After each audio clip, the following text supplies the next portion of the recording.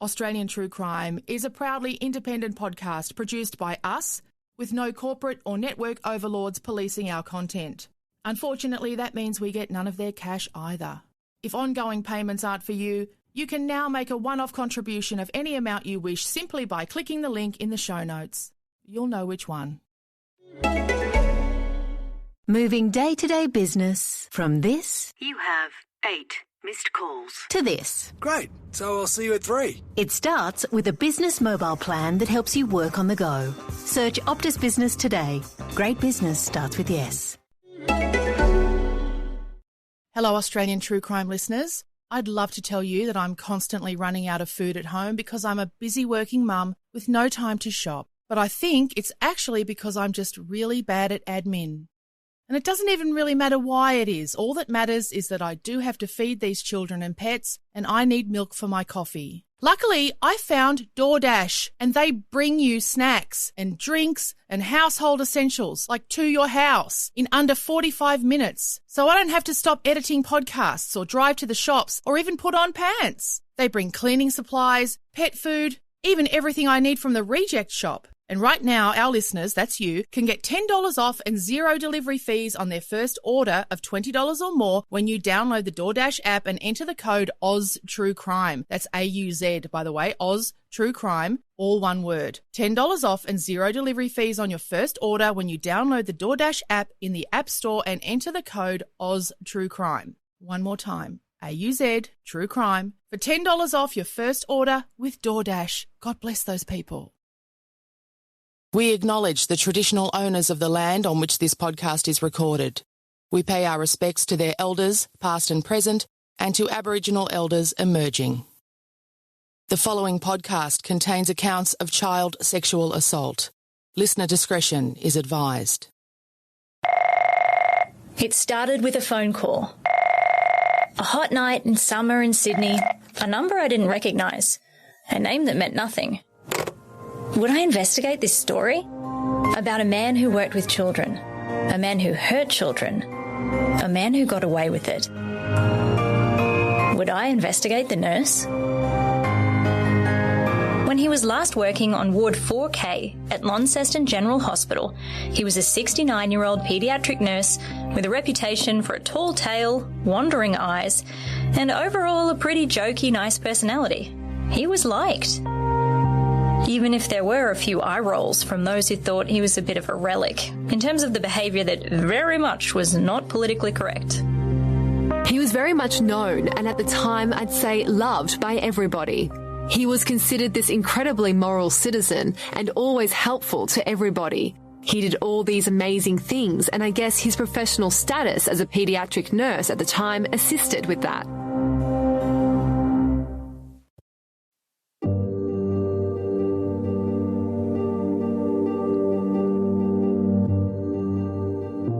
Unbelievably, serial paedophile Jim Griffin worked as a nurse on Ward 4K, a children's ward in Launceston General Hospital, for 18 years until police finally charged him with sexual assault offences against children as young as 11 in October 2019. This is Australian True Crime with Michelle Laurie and Emily Webb. The charges relate to offences Jim Griffin subsequently admitted to during police questioning.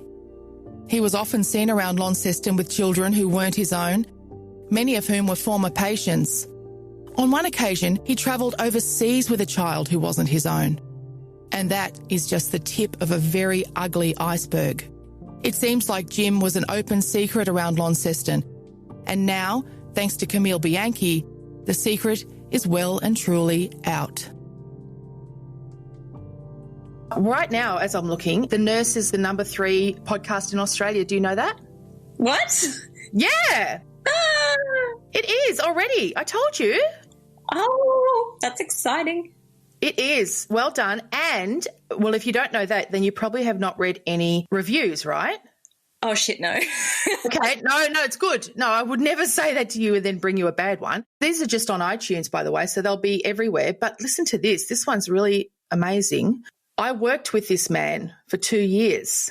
for over 2 years and never suspected his evil intentions. What a betrayal to his profession, to his family, friends and ex-colleagues.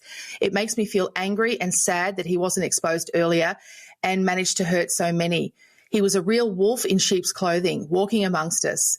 This has worsened my distrust for people, and I'm scared for my children and the people they encounter every day. I sincerely hope that his victims can break through the hurt and damage that this man has caused and find hope and peace moving forward. Ooh, I'm getting a lot of that in my inbox. It's RIP inbox, but in a good way. I'm getting a lot of really useful tips as well. But my reaction to that would be having had a bit of time to think about that, because I've been confronted with a lot of those messages directly. I don't want everyone to be scared. I think that we need to it's a tough one, because I know he was prolific and he was a predator in the true sense and a pedophile by the true definition. But especially on that Ward 4K needs a lot of support and love right now.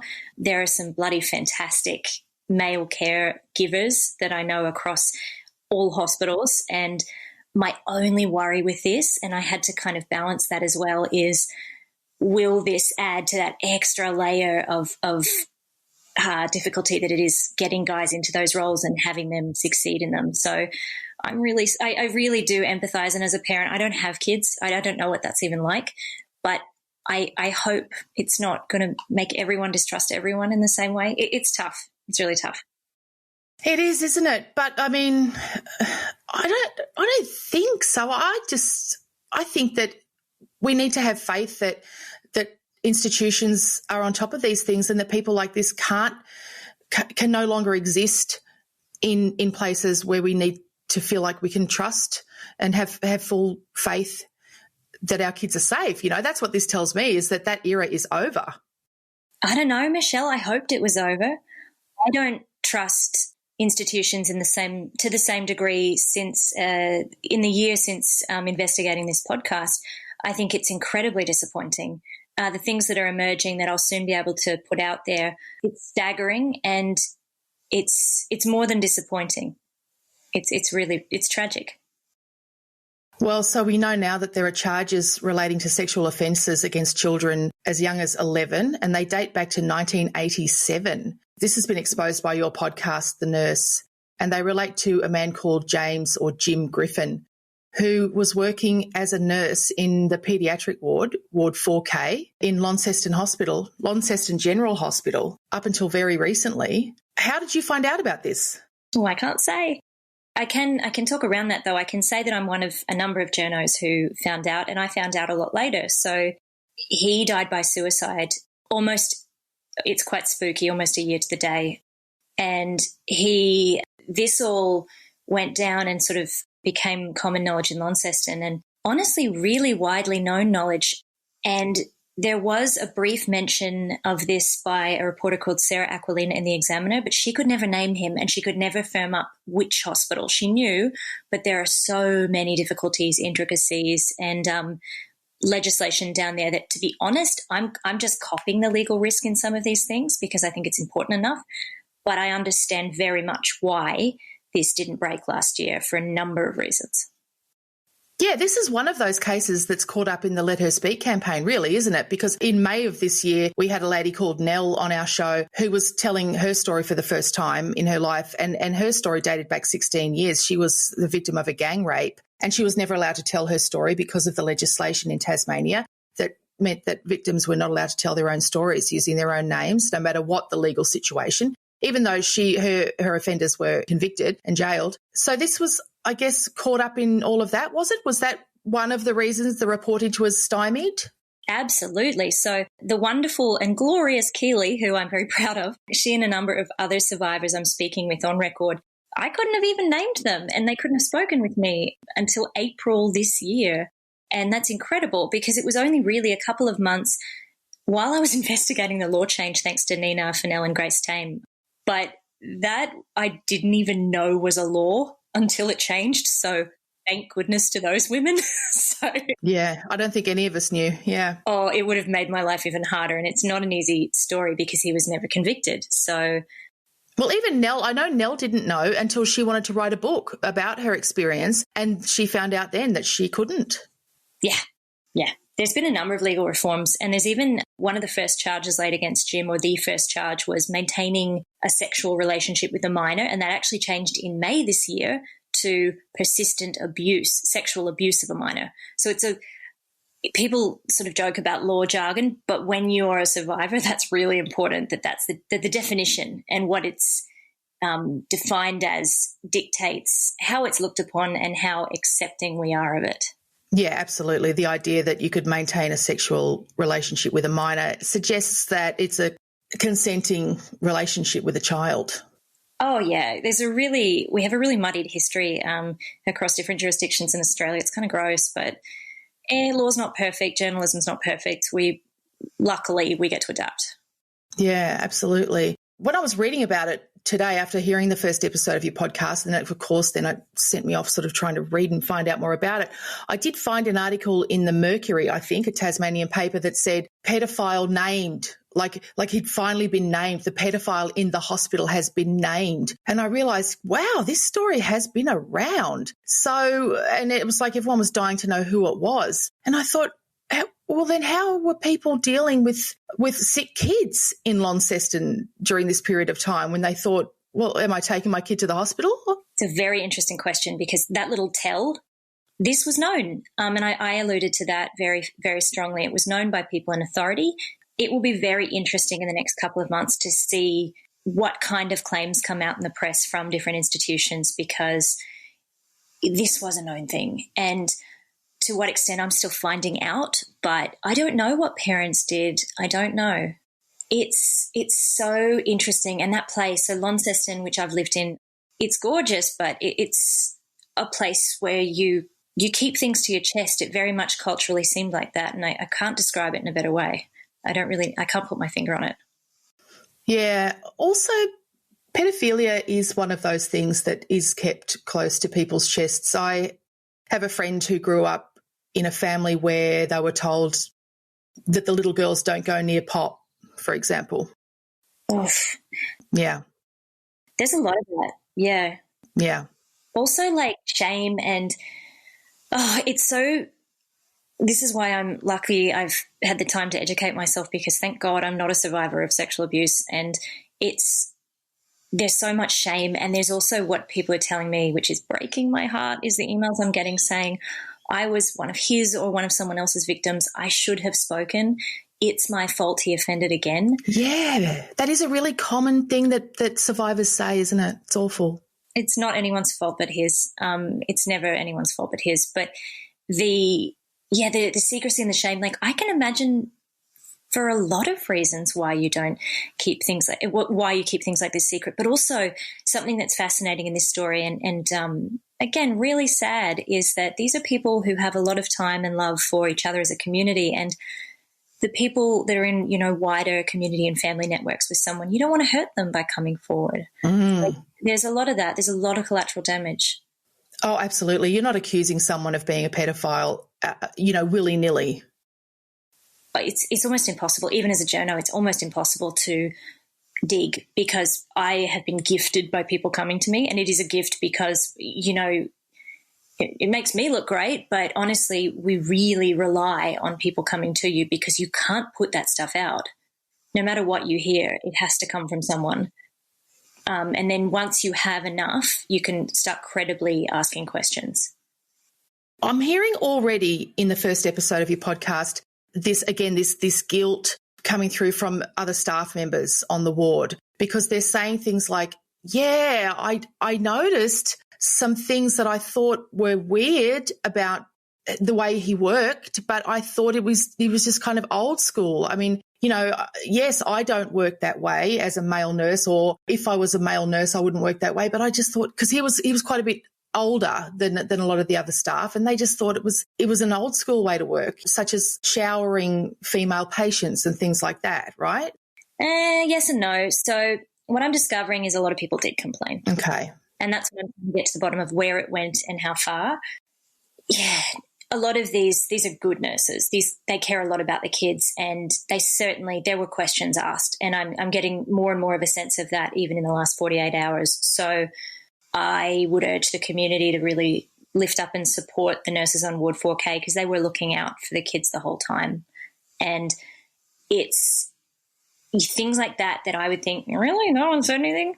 People said stuff. I'm trying to work out what form that took and where that should have gone. But then, I mean, Keely's mum worked with him and knew him for 20 years and they were really close friends.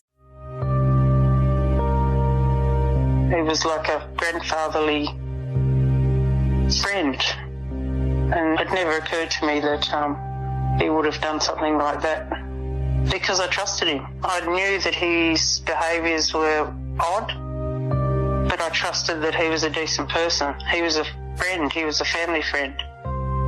And it was ridiculous how, people would say, oh, sleazy Jim, but also a lot of people would say, oh, that's just Jim.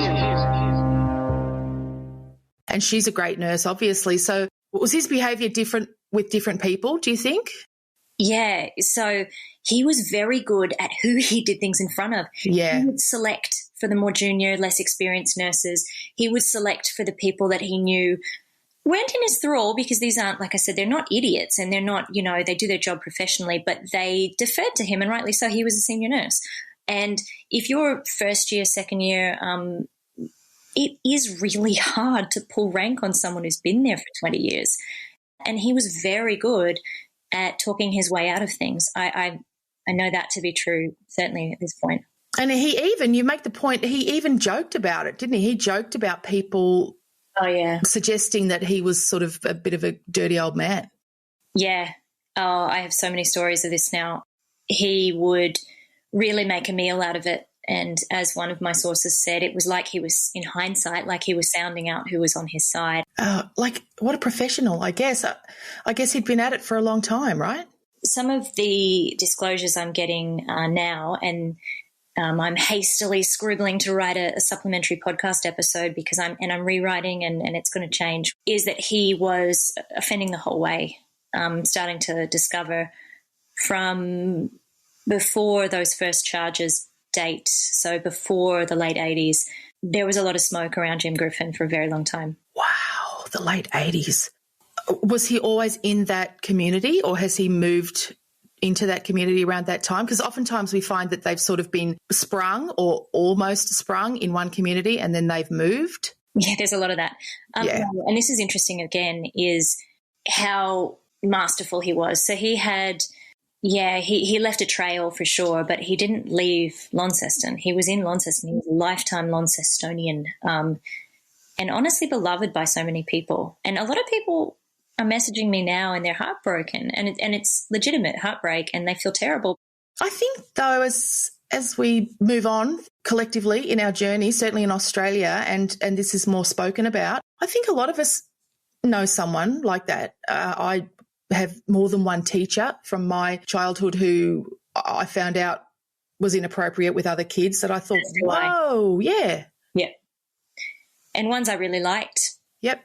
Yeah. You hear things like this and you think, honestly, I don't, hand to God, I don't know what I would have reported. There wasn't anything. No. So I think that's legitimate too, and we have to believe people who say that. Yeah, and we have to understand that they don't look like anything and they don't behave the same with everyone. Yeah, we've really got to get rid of the monster, that false equivalence of, this is the monster, it's not, it's the grandpa figure, it's the friendly, it's the charity doer, it's not always, but I mean, these people, they're very, very good. And if you're creepy and scary looking, you don't get near people. You have to be charming, and you can't be frightening or you won't get near people. Oh, yeah. It's so funny, the pop culture we absorb as we're older. Yeah. That is a good-looking person. He definitely didn't kill anyone. Like the Ted Bundy thing, everyone's like, but he was so hot. And you're like, it's problematic to acknowledge. It's weird. It's so weird, but there's so many shades to it. I've had a few tearful phone calls from people, and they're not happy it's out. That would be a total lie. And I know that's I won't speak about the specifics around who's been really hurt because it's not my story to tell and they haven't come to me. But there's certainly a section of the community that's deeply traumatized by these revelations coming out, either because they knew or because for really important reasons they couldn't disclose anything. So, and especially survivors who aren't ready to talk. Like, there's a lot of people hurting, and Are they happy it came out? Probably not. I don't know. And I had someone say something really beautiful that made me feel really a lot better about things this morning, as they said, rather than thinking of all the, I call it collateral damage that you are doing, which I'm doing and I acknowledge, think about it as ripping the Band-Aid off and then we get to heal so the healing can start. But it's a lovely analogy, but unfortunately I do know there's a lot of people who absolutely wish this hadn't come out, and through no fault of their own. No, because collateral damage in these stories is an interesting thing that I had never thought about until very recently, when it was pointed out to me, actually, through this Let Her Speak campaign in Tasmania. And someone pointed out to me that, you know, when one person discloses, and it's absolutely, obviously, their right to do that, and we encourage them and support them, oftentimes it then sort of has everyone turn their head towards someone else and make assumptions about another person as having also been a victim. Yeah. And that person may not want to disclose, and they may not even be a victim, but, you know, it suddenly it puts another person in an awkward situation. Oh, it's more than awkward. It's really bad. Yeah. I feel a little bit sick about some of, because it is a small town, everyone knows each other. Like, there is pressure, and there is pressure on people to disclose, and people well-meaningly, they'll be like, oh, you'll feel so much better. It's not the answer for everyone. I'm really proud of people like Keely who do, but then at the same time, it's not, when you're ready, you don't owe anyone your story, and you certainly don't, people think who haven't been through the process that it's going to be this silver bullet, you're going to get closure, but closure doesn't exist if your childhood was taken away. Closure doesn't exist in a court system and legal system that re-traumatizes you, and it certainly doesn't exist in the redress scheme, which we know is inadequate. When you look at the lifelong impacts of people who, like, they're like veterans, they have PTSD, and often I'm told a lot of survivors, they can't work again. It's a lifelong, the damage is lifelong, and we need to really look at what they are eligible for in terms of victims of crime compensation, in terms of redress. I'm really grateful those schemes are there, and I'm not kind of shitting on them, but I would love to see a little bit more, I suppose, of a look at that and see what we can really do to change outcomes and make the process less traumatizing. Yeah, and really individualised, because every individual needs a different kind of support. Oh yeah, it's super tricky. Like, yeah, speaking with people who've gone through it is really useful, especially when it's in the rear view from quite some time and they have a bit more of a look at it from a distance and what they would have enjoyed or what they would have, needed at the time versus what happened. Then those are really good conversations to have. To talk to a trained professional about any of the issues raised in this podcast, please call Lifeline on 13 11 14.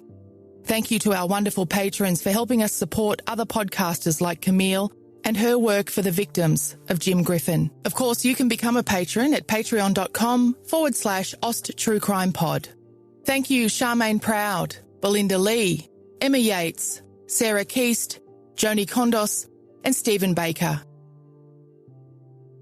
Coming up on Australian True Crime, a sneak preview of the second episode of The Nurse. But first, long-time listeners of our show will know that in early 2020, Tasmania began the process of dismantling legislation that prevented victims of sexual assault from pursuing justice in a number of ways and from telling their own stories. I asked Camille if she thought those old laws had prevented Tasmanian victims from coming forward. Yeah, they actively have. So in 2018, there was an amendment that came into place in Tassie where people who had been abused, the statute of limitations on reporting was 10 years, basically, in a nutshell. And that means if you were abused at 10, you had until 20 to come forward. And what do we know? People don't come forward for 30 years on average. So you're really cutting out a huge section of survivors from getting any redress. And if you're a kid and this happens to you, what are you meant to report while you're still under the age of 18? It's really unrealistic. So they changed that. And then through that, there's been a lot more people linked with redress schemes and a lot more action in that, which is really, really great to see.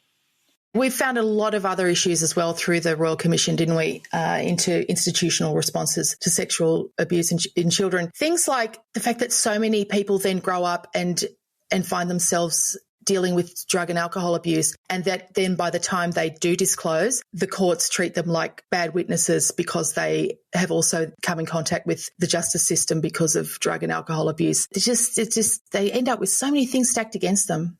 The unreliable witness thing and that really kills me, because can you imagine going through that and just being like, well, you have bipolar disorder, we can't trust your testimony. It's like, well, I wonder why I have mental health issues. I wonder.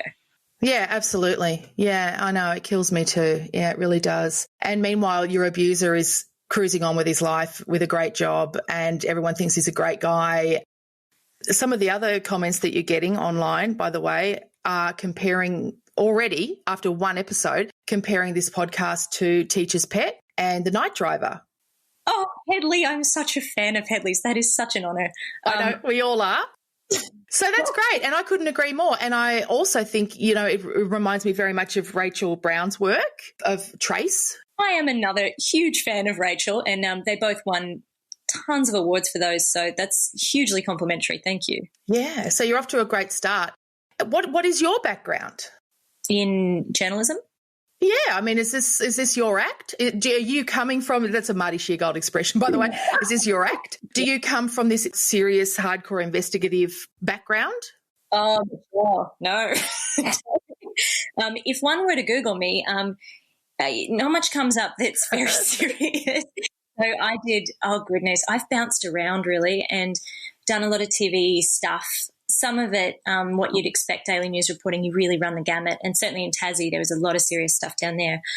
I did real estate presenting for a few years. I've done a lot of weird and wonderful different Facebook breakfast show. There's a whole bunch of stuff that's very jolly, and that kind of would be where I'd naturally sit. But I was gifted this story and I thought, oh, I get this is what other journalists get and I'm getting it. Awesome. And I didn't know how hard it would be, but I'm so grateful. Wow. So were you scared of it at any point? At any point did you think, oh, this is really serious? Now? Yeah. Now? More so than ever. I think now it's really, honestly, it's getting bigger and bigger. How are you coping with the emotional side of it, with being the gatekeeper of these people's stories? And I'm sure that you're probably the first person some of these people have told. Oh, there's such responsibility to it. I'm lucky in a number of ways. The number one thing is that I have, and I can't state enough how important this is, because I don't have that trauma background as an experience of trauma. I have been able to educate myself from an outside perspective and kind of not have to worry about my own experiences. And we've all had stuff happen, but not like it's really lucky. A lot of people who take on this work have their own traumas, and I think that that's admirable, but it does make things even harder emotionally. And to be able to stand there and say, I can be strong for these people because I'm lucky enough to have not gone through this. So it's not triggering for you personally? No. It's really, I'm not going to lie, I cry a bit because you're a human, not a robot. But it doesn't stay with me in the way that it would if it were my family, and I have to acknowledge that because I don't want people to feel like it's taking anything away from me to come forward, because I've got support. I can turn my phone off. It doesn't live with me. Yeah, but sometimes then it can be hard to turn the phone off, can't it? It can be hard to... I'm not at the moment. I'm not turning it off at the moment. No, but it can be hard sometimes to disengage from people. And I've seen that happen with other media people where they sort of feel like, oh, I have to be always available. Look, I'm going to work that out on my own, the boundaries I'm comfortable with. I'm not hugely boundaried, but you have to be a little bit. And I think I've been dealing with really respectful people that are really, their emotional intelligence is very high and they're very respectful of my space as well. But I'm just so grateful they feel comfortable with me. And it's such a privilege because that means they trust me. And if I've done something to earn their trust, that's so nice because they need as much support as they can get. It's the shittiest thing in the world to go through. Do you have a clinical service in backup to refer people onto? Yes, I do. Laurel House in Launceston and Enterprising Aardvark, which is a cute name. These are both highly recommended to me, and they're ready and waiting, and I've had discussions with them in the last 24 hours because I'm getting so many disclosures, and they're fabulous and they will be there and they understand a lot of what I don't, which they can come out as insiders, is the intricacies of reporting within a small place like Launceston, and every place has its own culture and they understand that as well. I'm gathering, I'm reading between the lines a little bit, but I'm gathering that your investigations have potentially, or that you feel that they are leading you in a pretty sort of serious direction in terms of maybe even towards government. Yep, that's where they're heading. It's interesting that we're speaking now. So the Tasmania's health minister came out and answered questions. It didn't really answer my questions. I haven't had anything in writing from anyone from government, but the health minister came out and sort of put out a big call acknowledging this case. I think that's interesting. I would like to know why it wasn't acknowledged earlier. I would like to know why it's taken months to respond to me and they haven't. So I'm allowed to be salty and throw my toys out of the cot because it wasn't a personal response. But it's really interesting, all this stuff, and I'm watching it really keenly. And now, just for Australian true crime listeners, here's a little teaser from episode 2 of The Nurse. Annette, talk about a legend. This is a nurse who's like, I know this isn't great for my career. If anything, it's career ending. You know what? I'm going to talk, and I'm going to talk and hold my head high. And yeah. And the honesty of her as a mum. I do have kids, and I can tell you that you spend so much of your time beating yourself up about how shit you are at it, that hearing her honesty about the mistakes that she'd made, and that crushing feeling of how didn't I know, and how was I being a supportive friend to this guy, even as the scandal was breaking, I was sending him supportive texts. And then my daughter said, hey, oh, God, I've got to tell you something. And then I went to work. And when she said that, I got that in the guts, because that's what I do. I just always revert to work because it's, I don't know, somehow it's comforting to me. And I thought, oh, man, if my kids heard this, they'd say to me, that's what you do, Mum. You know? I really got that. Oh. I must have been in shock because I went to work. And thinking back, I thought, Jesus, I should have been there for her. I should have stayed home, and it was like it hadn't sunk in. But I know when it did, when I finally realised, yes, this is what's happened, I can remember crying and that primal scream.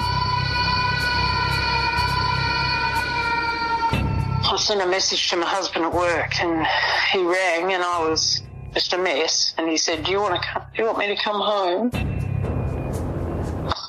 Because every time I thought of it, I'd just crack up and couldn't speak. And yeah, so it took a little while to hit, but then when it hit pretty hard.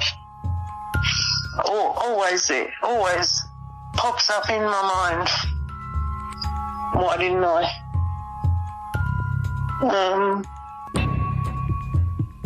Why didn't I know?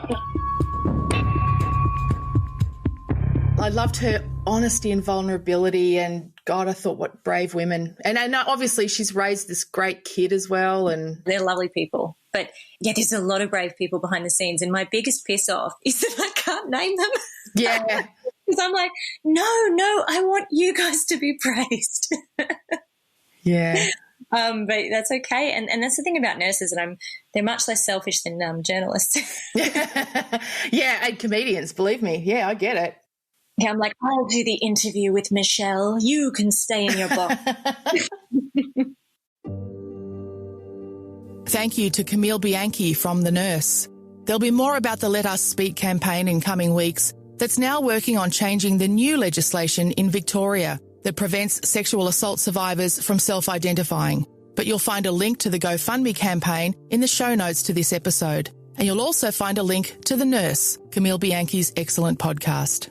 Thank you to patrons Kim McSweeney, Leanne Christie, Sarah Callahan, Ellie Craft, Paul Robinson and Valerie. And thank you to you for downloading this episode of Australian True Crime, made in association with the Acast Creator Network. We'll be back next week. Moving day-to-day business from this You have 8 Missed calls. To this. Great. So I'll see you at 3. It starts with a business mobile plan that helps you work on the go. Search Optus Business today. Great business starts with yes.